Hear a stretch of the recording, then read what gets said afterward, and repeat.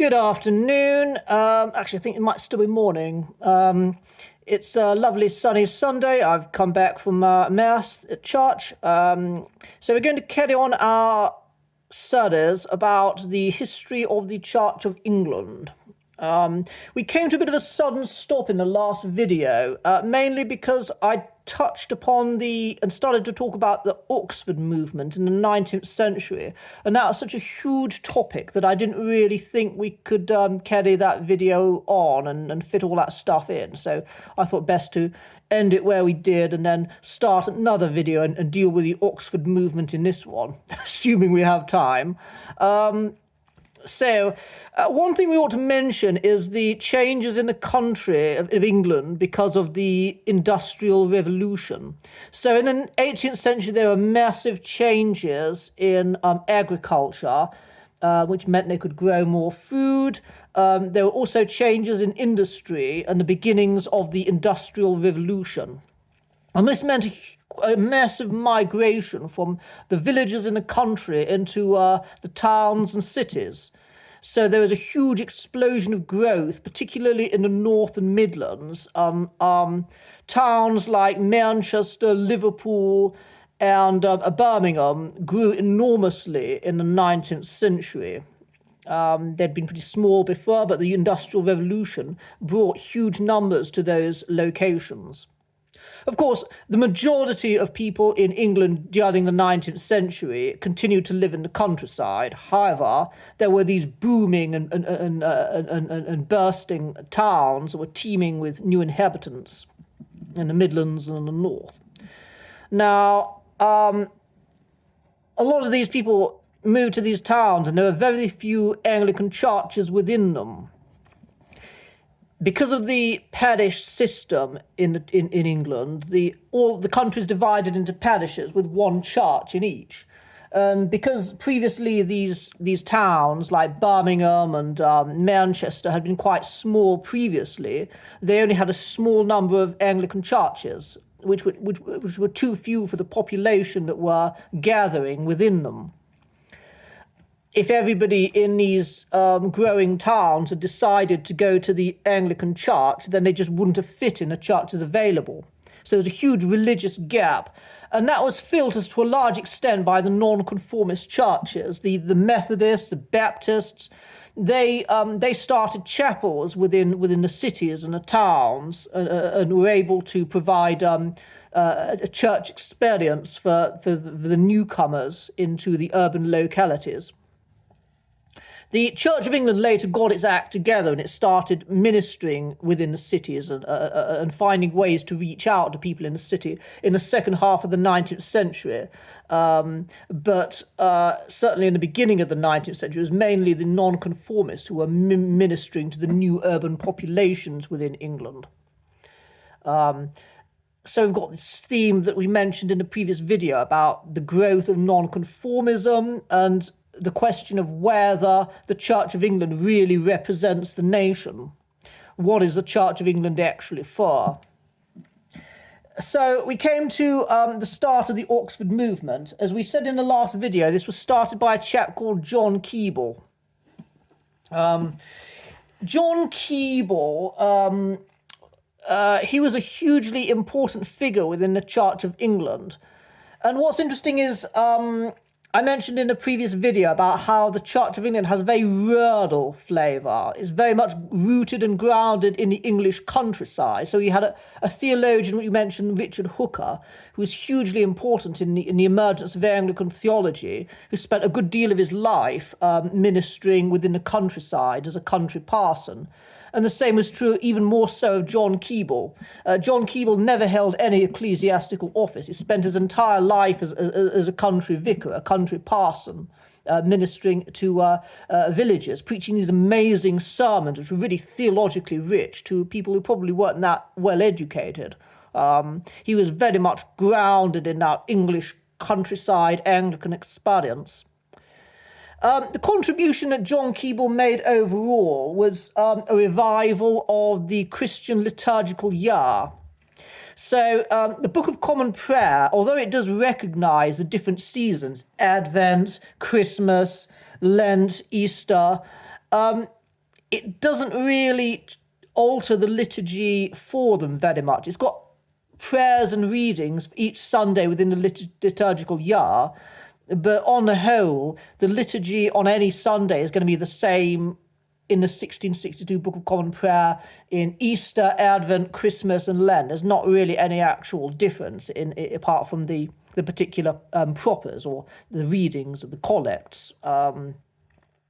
But John Keble sparked an interest in the differences between the seasons. He wrote a book called The Christian Year, which was very widely published. It was a book of poems and hymns, all celebrating the different seasons of the church.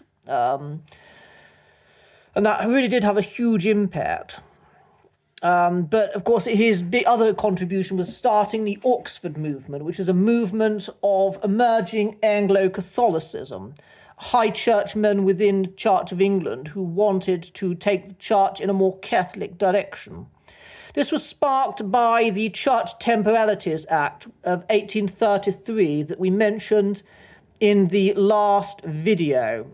So in Ireland, most of the people were Catholics, and they're very poor, and they were persecuted by the British establishment, and were basically second-class citizens in their own country.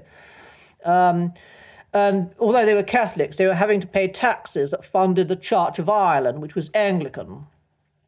And the Church Temporalities Act of 1833 sought to remove some of the tax burden from the Irish by reducing the number of bishoprics, the number of bishops and dioceses within Ireland that were Anglican. That seems quite a sensible measure, doesn't it? But this absolutely outraged John Keble, who believed that the bishoprics were sacred, that the church was a sacred body, and the state shouldn't be trying to meddle with it and reduce it or reorganize it. So it's interesting that the Oxford movement was trying to take the Church of England in a more Catholic direction, yet they had very little actual sympathy for real Catholics within Ireland, and probably not that much sympathy for Roman Catholics in England either. They were, although many of them came to support the Liberal Party, most of them started out as supporters of the Tory Party, which was a party of the upper classes, the party of the monarchy, the party of the established church. They weren't very progressive people. They were very conservative. Even those who moved to the Liberal Party remained staunchly conservative in their thinking about society and government within England. So John Keble preached a fierce sermon against the Temporalities Act in 1833 in his assize sermon. That's the assize day is when the judges come to town to deal with various local criminal cases. And this sermon was published and printed as the first of the tracts for the times. It was a series of tracts outlining various theological and ecclesiastical opinions expressed by the people involved in this emerging movement. These days, a religious tract is usually just a short leaflet that you might, if you're an evangelist on the streets, you might hand out to people. But these tracts, some of them were quite lengthy, several pages long. They're very deep. And so because of publishing the tracts, the emerging movement, Oxford movement, were known as the Tractarians because they were publishing these tracts. There are several individuals involved. There was a gentleman called Isaac Williams. There was Edward Bovary Pusey. And there was John Henry Newman, who was one of the most important figures within this movement after John Keble, who started it. So these tracts offered opinions about the nature of the church. They offered opinions about the liturgy of the church. They touched on the question of purgatory without necessarily adopting the Roman Catholic view of purgatory. They recognized the importance of praying for the dead and how that could be supported theologically. What they were doing was basically questioning the Protestant character of the Church of England and pointing back to the the theology of the early church fathers and the medieval era, and trying to position the Church of England as a via media, that is, a kind of middle ground between Protestantism and Catholicism. They sort of acknowledged that there are some things in the Roman Catholic Church which weren't right, but on the other hand, they also said, well, it's not totally bad, and maybe we need to get back to some of the way things were done before. And this was a very controversial idea because Protestantism was very much central to the national English identity, and it was essential to how people viewed the Church of England.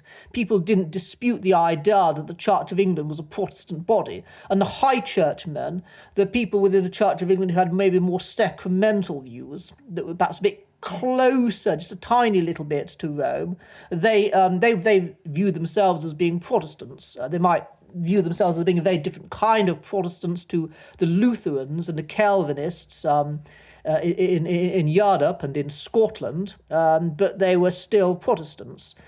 This new idea within the Oxford movement was the idea that the Church of England was not really Protestant, but it was a Catholic body. And some of these people adopted an idea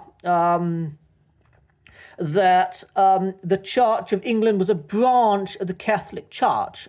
So the Catholic Church was a wider body than just the Roman Catholic Church. It had its Orthodox branch in the East, and it had its Western branch in the Anglican Church.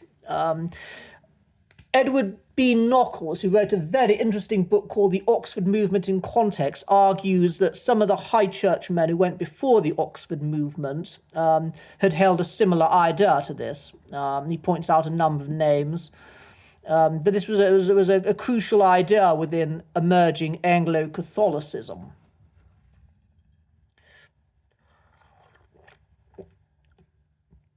So these tracts, they engendered an awful lot of controversy, particularly from evangelicals, the most Protestant party within the church, who very much were committed to the church's Protestant identity and to preaching the gospel of justification by faith alone. They were very wary of these people within the Oxford movement. They were suspicious of them, and there were conspiracy theories that argued that they were in the employ of the Pope, and that they were part of a secret conspiracy to return the Church of England to the Catholic Church. Probably quite nonsense. And most of these men in the Oxford movement softened in their stance towards Rome, but they didn't have much desire to convert to the Catholic Church, except for a few individuals later, which we will get on to. One of the tracts which gained a lot of controversy was by Isaac Williams. What was it, the title of it? Reserve in Communicating Religious Knowledge. It argued... pointed out how Jesus had been very cautious sometimes about sharing things and taught certain things only to his disciples and not to the general public, and spoke in parables rather than in plain language. And he argued that maybe we need to be cautious about how much we communicate to the laity. Certain doctrines might be a little bit too controversial, so we should be a bit careful about communicating them. And that people were very suspicious of that idea. It sounded an awful lot like the sort of thing that the Jesuits got up to, and it kind of fueled the idea that the Oxford movement was a conspiracy to bring the Church of England back to Catholicism.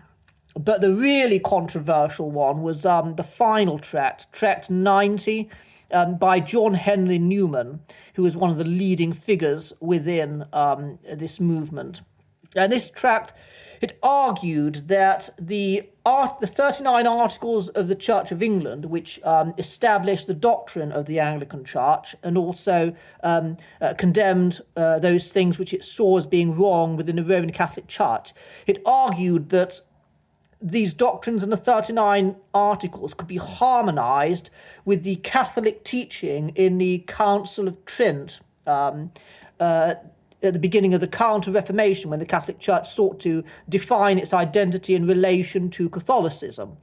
His argument was, well, the Council of Trent was later than the 39 Articles, so there was no intention for the authors of the 39 Articles to condemn the doctrine in the Council of Trent. And so he took all these articles about condemning purgatory, condemning transubstantiation, and he argued, well, they're not actually condemning these doctrines as they're correctly taught. They're condemning some medieval errors and superstitions that were taught in the Middle Ages. And hardly anybody was convinced by the idea of Newman. They thought, well, what is he on? Or what is he going on about? People were extremely suspicious and thought he couldn't possibly be serious in making this argument. And so there's so much controversy over this tract 90 that the group made a decision that they weren't going to release any more tracts for the time after that. They just had too much controversy.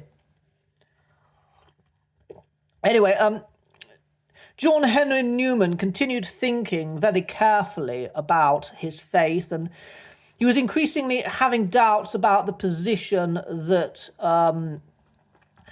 he was taking. He considered various options. Is the Church of England a via media between Rome and Protestantism? Is the Church of England a branch of the Catholic Church?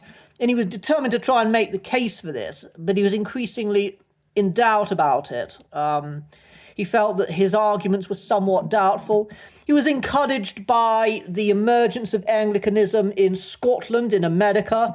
He saw the American Episcopal Church and the Episcopal Church of Scotland as being daughter churches of the Church of England, and this gave him some hope that perhaps the Church of England was a truly Catholic branch of the universal Catholic Church. But still there was that doubt in his mind.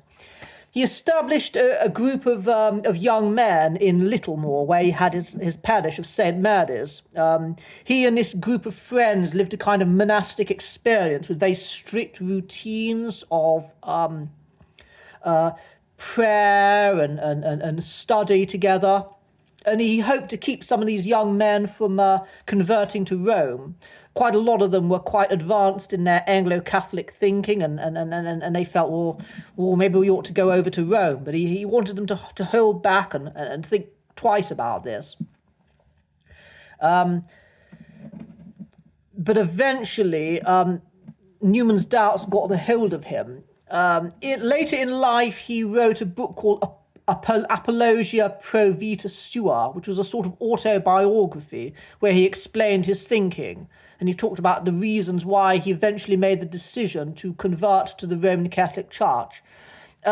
He'd done a study on the monophysites. This was a controversy in the early church, beginning in 450 AD. So in 450 AD, the Council of Chalcedon decreed that Christ has two natures, a divine nature and a human nature, which are united in one person. This was very uncomfortable to some people within the church at the time. There were some in Egypt and in Ethiopia and Armenia and Syria who felt that actually, how could Christ have two natures? Surely that's impossible. Surely a thing or a person can only have one nature. So they wanted to take the view that Christ had a composite human divine nature. Somebody before that, Eutyches, who's generally considered to be a bit of a theological dunce, had argued something similar, that Christ had a kind of fusion nature of a mixed human divine nature. And the monophysites, who strongly identified with the theology of St. Cyril of Alexandria, they wanted to distinguish their views from Eutyches. They didn't accept the Council of Chalcedon, which said that Christ had two natures, but they said he did have one human divine nature, theandric nature. But they saw that as being different from the kind of weird mishmash human divine nature that Eutyches had argued for. And so John Henry Newman felt that this actually reminded him a bit of the position of the Church of England as being a kind of via media between Protestantism and Catholicism. He felt that you had error on one side and truth on the other, and you couldn't have a compromise between the two. The monophysites had tried to compromise between the Chalcedonian view that Christ had two natures and the kind of mishmash human divine nature that Eutyches had held. Newman said, well, you can't do that. You can't have a compromise between the truth and heresy. And he says that he looked in the mirror and he saw a monophysite. That's lovely saying. He looked in the mirror and saw a monophysite. And so he decided that he couldn't remain within the Church of England. He had to become a Catholic. And so Newman went over to the Catholic Church. And a lot of people in the Church of England, particularly in the evangelical part, said, well, that's what we expected. We knew all along that he was going to go over to Rome. And now he's finally done it. And a lot of the people within the Oxford movement who'd been friends of Newman, like Edward Bovary Pusey and Isaac Williams, were horrified at this. That wasn't what they'd intended. They wanted to stay within the Church of England. They believed in the Church of England. It was very important to them. They didn't go along with the kind of ideas about Mary which the Catholic Church taught. They might believe in the perpetual virginity of Mary and the importance of Mary within theology as Mother of God, but they certainly weren't ready to accept the Immaculate Conception of Mary or the Assumption of Mary or praying to Mary. All these things were a bit too far for them to accept. John Keble, of course, remained friends with John Henry Newman, despite the opposition that got him, but he continued to kind of associate with him, whereas Pusey decided to distance himself from Newman, and he kind of became the leader of the Oxford movement of Anglo-Catholicism after Newman departed. And it sometimes got called in those days Puseyism. Newman had quite an unhappy time as a Catholic. He was uncomfortable with some of the developments within Catholicism. Some of the decisions of the First Vatican Council were very uncomfortable to him. He was a bit uncomfortable with the idea that the Pope was infallible. He had a saying, I will drink to the Pope, but first I will drink to conscience. He felt that conscience was important, and this requirement to believe absolutely everything that the Pope says was a little bit too much for him. Although, of course, as Catholics, we don't necessarily believe that the Pope is right about everything. We believe that the Pope is infallible when he speaks ex cathedra, when he speaks with the full authority of his office. The way I explain this is my father used to be a company director. If my father were to speak to the newspapers in his authority as a company director, what he said would be taken as being the company policy. Whereas if my dad expressed an opinion at a party, that wouldn't be seen as being the view or the opinion of the company that he was a director of. So likewise, the Pope may offer lots of opinions which might turn out to be wrong, but he's only infallible when he speaks with the full authority of his office, which the Pope has only done on a few occasions.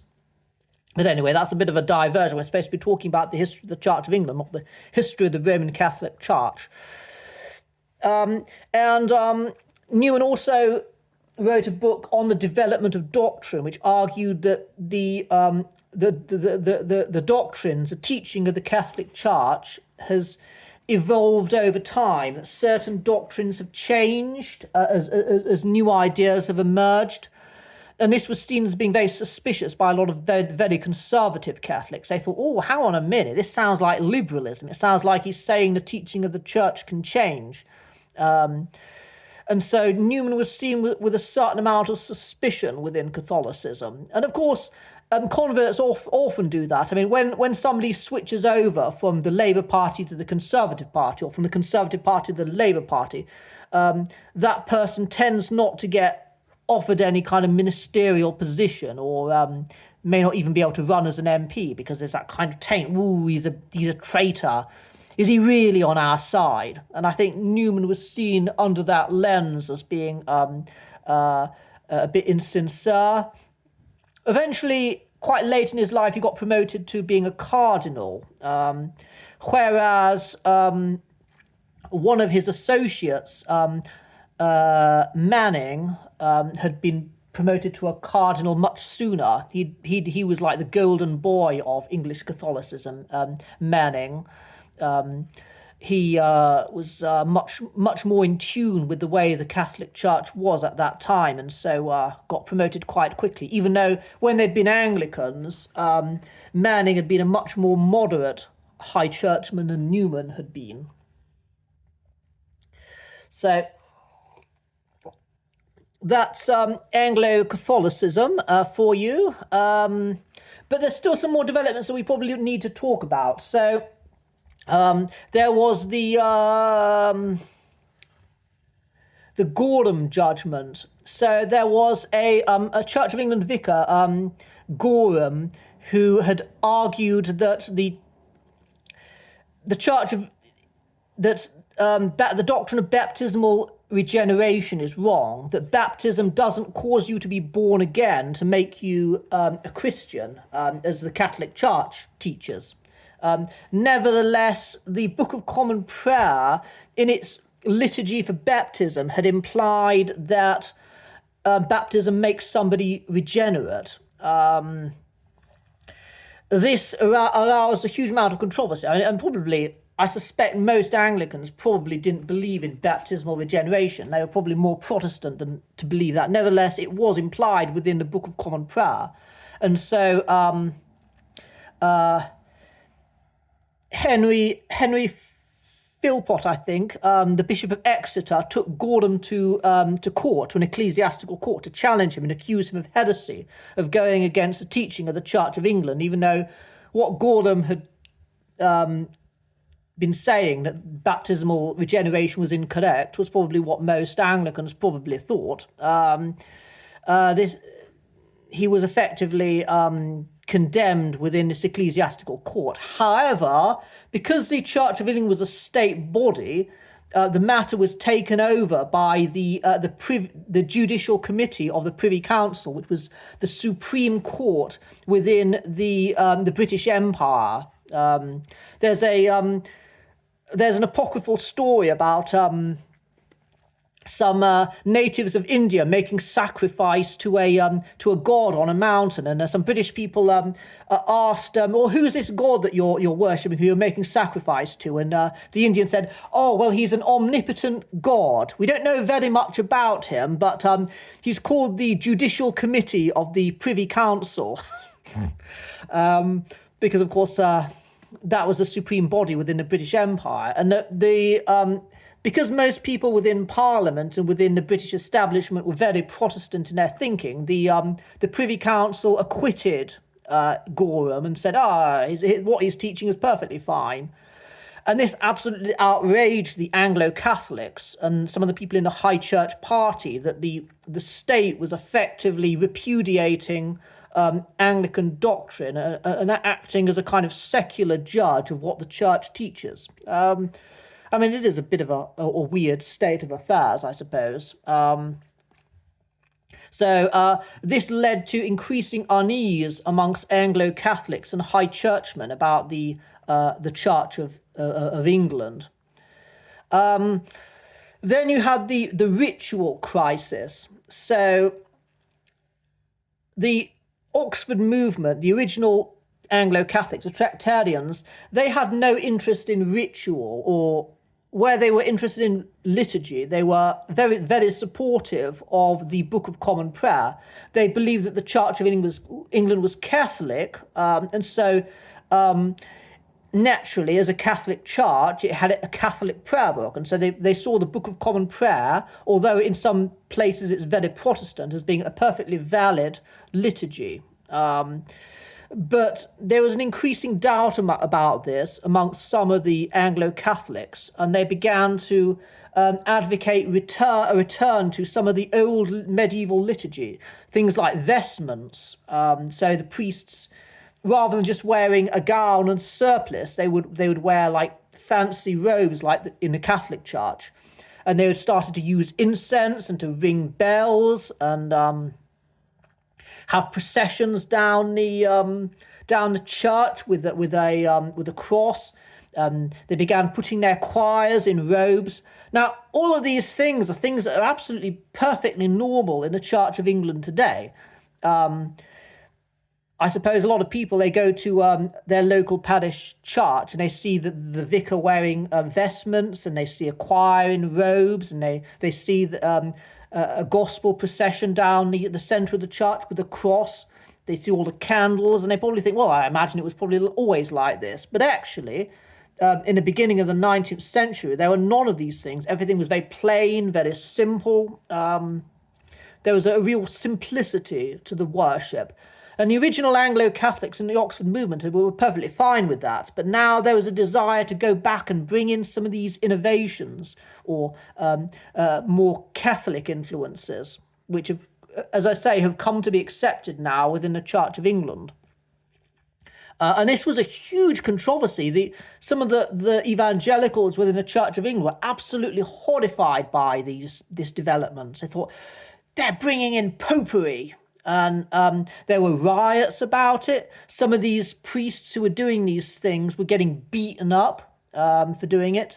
And of course, they were effectively against the law. They were against the regulations of the Church of England. And because the Church of England was a state body, the evangelicals were able to launch prosecutions of these vicars who were doing this stuff.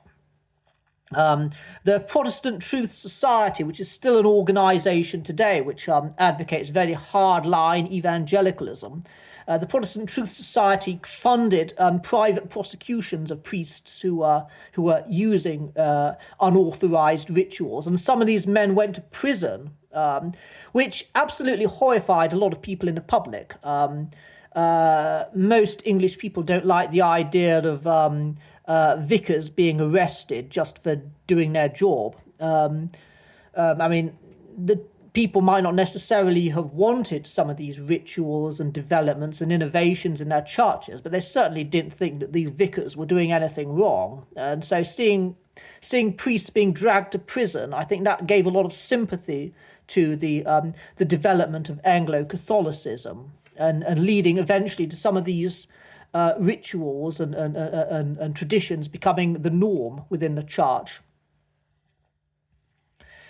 Some of these priests who introduced rituals, they were trying to address this issue of the lack of Anglicanism within the inner cities of the North and the Midlands and in London. They wanted to reach out to the poor, and they thought that the best way to do that was to introduce all these kind of special rituals which gave a sense of magic to the church. They thought that would get people interested in Christianity. I'm not sure they were necessarily very effective at doing that, certainly not as effective as a kind of evangelical outreach that was being done by the nonconformists and later by Anglican evangelicals who were trying to spearhead urban evangelism. But they did have some success, and there were Anglo-Catholicism became quite strongly rooted in some working class communities, maybe not to the extent of the nonconformists, the Methodists and the Baptists, but they did make an impact.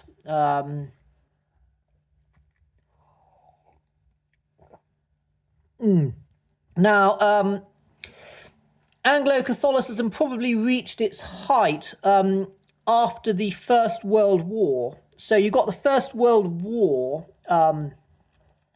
in 1914, and so many people died. I mean, the death toll from the First World War was enormous, and so many people had lost loved ones and family members, and this caused a lot of anxiety about, oh, is my son in heaven, or is he in hell? And so the idea of praying for the dead became much more popular, which kind of gave an impetus to Anglo-Catholicism. And so Anglo-Catholicism was to be able to make much more of an impact amongst the wider public after the First World War.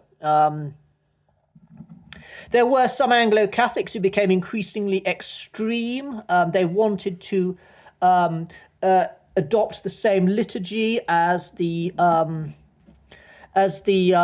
Roman Catholic Church, or at least to use similar liturgies. Some of them made use of Sarum, the medieval liturgy of Salisbury, which had a distinctly English character. Others tried to translate the Roman Catholic liturgy into English and to put it into prayer booky language, like the Book of Common Prayer. Others simply used the Book of Common Prayer, but they made some changes to it, or to incorporate some of the new rituals into it, so that it was a bit more Catholic in its flavour.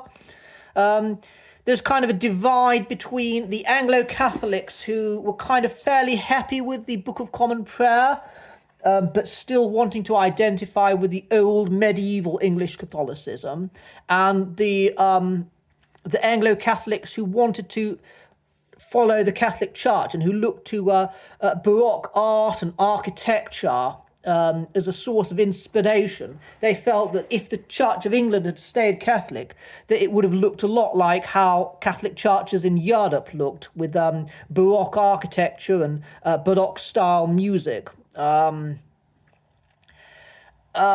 so you had publications like the English Missal and the Anglican Missal, which looked to Roman Catholicism for a liturgy rather than from the Book of Common Prayer. Naturally, the church authorities wanted to stamp down on some of these things to a certain extent. In some places, bishops kind of turned a blind eye to some of the stuff that the Anglo-Catholics were doing. In other cases, the bishops were very keen to put a stop to it, which is kind of one of those interesting things with Anglo-Catholicism, because Anglo-Catholics believed that the bishop had a sacred calling and a sacred role. Yes, at the same time, they would often go against what he was saying and commanding, and wanted to go their own way. So there's sort of tension between what Catholics think about the office of a bishop and how they actually carried on in practice. Okay. In 1928, because of the growing influence of Anglo-Catholicism and a desire to maybe have more of a high church approach, the Church of England considered having a new revision of the Book of Common Prayer, the 1928 Book of Common Prayer, which made some allowances for Anglo-Catholicism, while at the same time prohibiting certain practices which were too close to Rome, such as ringing bells during the Mass as a sign that Christ had become present in the bread and the wine. That was considered to be unacceptable. However, the Parliament once again stepped in and they said, no, we don't like this new Book of Common Prayer. This revision is just too Catholic. We're Protestants and we're going to stay Protestant. So Parliament effectively vetoed the Church of England and stopped them introducing the 1928 revision of the Book of Common Prayer.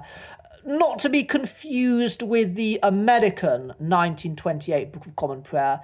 The American Episcopal Church introduced a Book of Common Prayer in 1928, which is still used quite a lot today, and which is the basis for the Catholic Church's ordinariate liturgy within those American Anglican churches that have converted to Rome.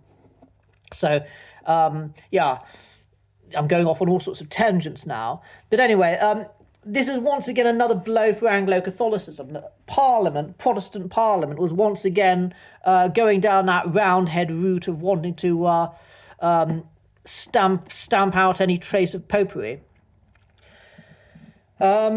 Later in the 20th century, some Anglo-Catholics actually adopted the new liturgy that was introduced when the Vatican II happened, and then the Catholic Church revised its own liturgy. A lot of the more progressive Anglo-Catholics decided that they quite liked the modern liturgy that the Roman Catholic Church was using, and they started using that, which, of course, technically that's completely against the Church of England's rules, but they did it anyway, and some bishops turned a blind eye to it. The real blows for Anglo-Catholicism came when the Church of England started ordaining women priests in 1992, and huge numbers of Anglo-Catholic priests and laity went over to Rome.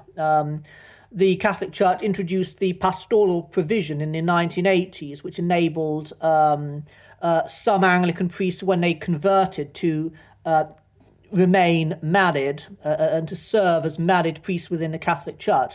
At first, they didn't have their own parishes, but they tended to minister as hospital chaplains or prison chaplains. Then, under Pope Benedict XVI, we had the Ordinariate, which I think I touched on earlier, which was a special body in the Catholic Church which preserved Anglican patrimony, those things which in the Anglican Church which were valued and which came over. So there are some parishes in the Catholic Church which are identified as former Anglican and which carry on using a liturgy based on the Book of Common Prayer, and which might have former Anglican priests who are married. So don't fall into the mistake of thinking that all Catholic priests are celibate. There are married priests in the Catholic Church, in the Eastern Rite churches of the Catholic Church, which follow Orthodox liturgy, and within the Ordinariate, those are former Anglican priests who've come over and brought their wives with them. One interesting thing within Anglo-Catholicism is that there's often been quite a lot of homosexual or gay people within Anglo-Catholicism. And it's an interesting thing because, most Anglo-Catholics have tended to be conservative in their theology, yet there's kind of this widespread homosexuality within Anglo-Catholicism. One possible reason is the kind of theatricality of Anglo-Catholicism. Anglo-Catholicism is about Anglicans kind of doing the things that Catholics do, and in a certain way there's a kind of pretense about it, pretending to be Catholic when actually they're Anglican, and maybe that kind of theatricality ties within the kind of theatricality within the kind of gay culture. I hope this doesn't offend anybody in saying that. I'm not an expert on gay culture, but I think you can sort of see that kind of theatrical element. And of course, there's a kind of expressive, slightly feminine quality to Anglo-Catholicism, which I think perhaps appealed to many gay people.